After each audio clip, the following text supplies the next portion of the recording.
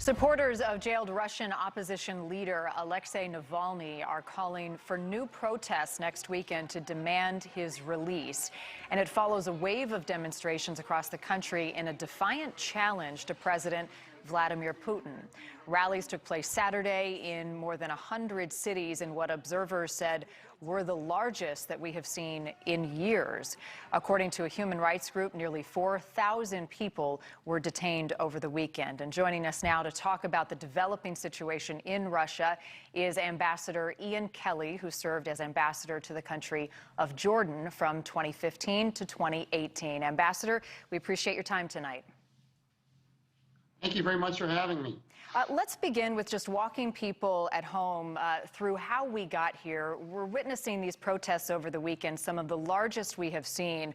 Russia's constitution does guarantee freedom of assembly, but we haven't seen protests like these really in decades. What do you make of what we're seeing? Well, I think it's really a reflection of the frustration of the Russian people with the regime of Vladimir Putin. I think that Alexei Navalny really, with his investigations of corruption, has really exposed just how corrupt the Putin regime is. And with all of the economic problems they've been having, with the sanctions against Russia and the pandemic, I think it's just really reached a boiling point. And we have heard from the Biden administration, they are calling for the release of Navalny. Do you believe that that will happen, that Putin will follow through on that? Well, I certainly hope so. Alexei Navalny is an extraordinarily courageous man. I mean, he was almost killed using a nerve agent, Novichok, and I think most people would probably take that as a sign that he is not welcome in Russia, and yet he went back. So he is clearly a tremendous challenge to Putin. I don't think that Putin has any real good choices here. I don't think he can make a martyr or a political prisoner out of him. And yet he's also a tremendous challenge to his authority. Given what you know about international relations, certainly serving as ambassador to Georgia, what do you expect diplomatically to happen next? What is the next move?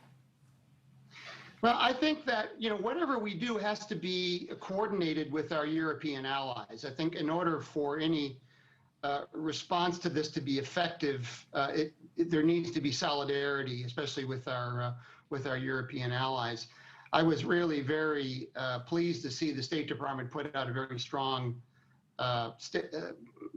statement condemning, especially the violence against peaceful protesters. But this is clearly, I think, a pretty tense time in Russia, and it's going to be, I think, a real challenge for the Biden administration. And we are hearing, of course, protesters defying the stay-at-home order last weekend. Already we're anticipating more protests this weekend.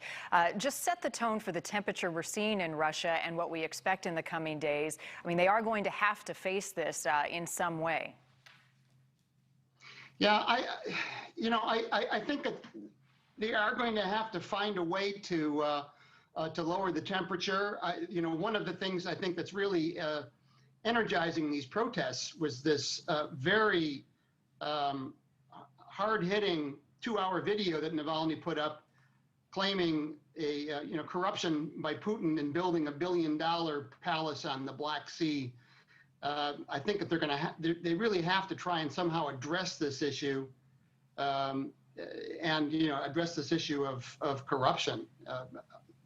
Otherwise, I don't see protesters staying home. I think they're going to continue to protest as long as Navalny's in prison, and as long as they haven't really addressed these accusations of corruption. Do you expect a stronger stance from the Biden administration on this in the coming days?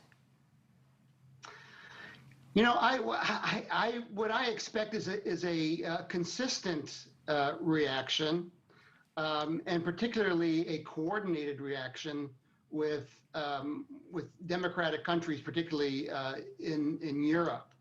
I think this is obviously a sensitive time for the Biden administration. They have to establish a relationship with the Kremlin, but at the same time, they have to stand by people who are standing up for values that we consider important. Certainly, such as freedom of assembly.